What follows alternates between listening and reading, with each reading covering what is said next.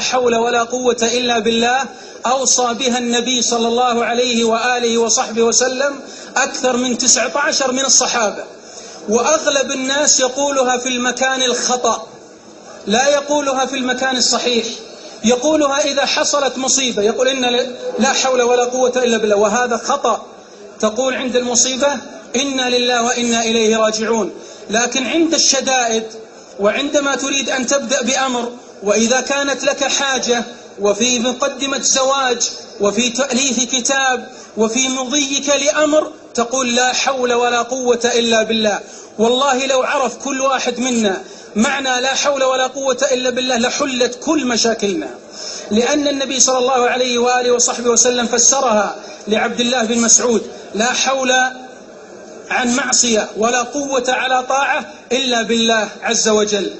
لا أطيل عليكم، لكن اسمعوا هذه القصة التي حصلت لعوف بن مالك الأشجعي رضي الله عنه وأرضاه، حتى تعرفوا أن هذه الكلمة مثل ما قال عنها ابن القيم الجوزية: تحمل بها الأثقال وتقتحم بها الأهوال ويدخل بها على من يخاف منه.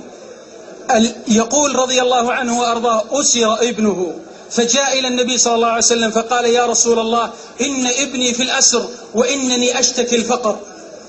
لقد أحصى بعض العلماء 40 موطن تقال فيه لا حول ولا قوة إلا بالله. انظروا إلى هذا، يشتكي الفقر وابنه في الأسر. فقال: يا رسول الله، أريد الحل، أشغلتني أمه بالبكاء. فقال النبي صلى الله عليه وآله وصحبه وسلم: كرر لا حول ولا قوة إلا بالله، لأن في البخاري ومسلم قال: هي كنز من كنوز الجنة، هي كنز من كنوز الجنة. إذا فهمت إيش معنى كنز، الجنة كاملة كنز، ولا حول ولا قوة إلا بالله كنز في الجنة، يعني من نفائسها. فقال: كرر لا حول ولا قوة إلا بالله. رجع إلى زوجته وقال: قالت: ماذا قال لك رسول الله؟ قال: كررا أنت زوجتك لا حول ولا قوة إلا بالله. اجلسوا كم يوم وهم لا حول ولا قوة إلا بالله، لا حول ولا قوة إلا بالله، وهو يعرف إيش معناها. يعني لا يطلق من السجن ولا يخرج من السجن، يا من له سجين يريد أن يخرج عليك بهذا. فكرر لا حول ولا قوة إلا بالله. وهم جالسين في البيت قالت الأم: والله إني لأسمع صوت مالك. قال الأب: ويلاه، أين مالك وهو في القد؟ القد يعني القيد، سير من جلد البعير يلزق ييبس حتى يكون أشد من الحديد. قالت: والله إني أسمع صوته. فركض الأب وركض الخادم وفتح الباب، وإذا بابنهما أمامهما. فكيف نجا؟ لما كرر لا حول ولا قوة إلا بالله. يقول رضي الله عنه وأرضاه: غفل عني الحارس فخرجت وانكسر القيد، وإذا بي بالرحول، يعني مثل ما نقول، وإذا بالناقة أمامه، فركبها والقوم في غفلة، فمر على مسرحهم فساق 4000 راس من الغنم وأتى بها. قال أبوه: والله لا نأخذ شاة واحدة حتى نأتي إلى النبي صلى الله عليه وسلم. فلما جاءوا إلى النبي صلى الله عليه وسلم قال: هي لك. ففك ابنه من الأسر وخرج غنيا بعد أن كان فقيرا.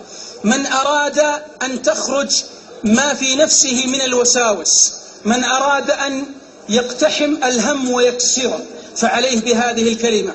من أراد أن يخرج من بوتقة الدين، فعليه بهذه الكلمة: لا حول ولا قوة إلا بالله. يوصي بها النبي صلى الله عليه وسلم أكثر من 19 من الصحابة، أكثر من قول لا حول ولا قوة إلا بالله. ويقول لآخر: كنز من الجنة، ويقول لآخر: كنز من تحت العرش، ويقول لآخر: باب من أبواب الجنة. أكثر من 19 صحابي يوصيهم النبي صلى الله عليه وسلم بالإكثار من لا حول ولا قوة إلا بالله. لو تأخرت على موعد وقلت لا حول ولا قوة إلا بالله، يعني يا ربي ليس لي حول وليس لي قوة إلا بك إني أصل، والله تصل. من أراد أن يرى بعينه أن الله يسمعه ويراه ويحقق أمره، يشوف إذا في شيء عنده هامة فليكرر لا حول ولا قوة إلا بالله. لكن يريد منك إصرار. لذلك في مسند الإمام أحمد أن النبي صلى الله عليه وسلم: من قال لا حول ولا قوة إلا بالله قال الله جل الله: أسلم عبدي واستسلم. لأنك تفوض الأمر لله عز وجل.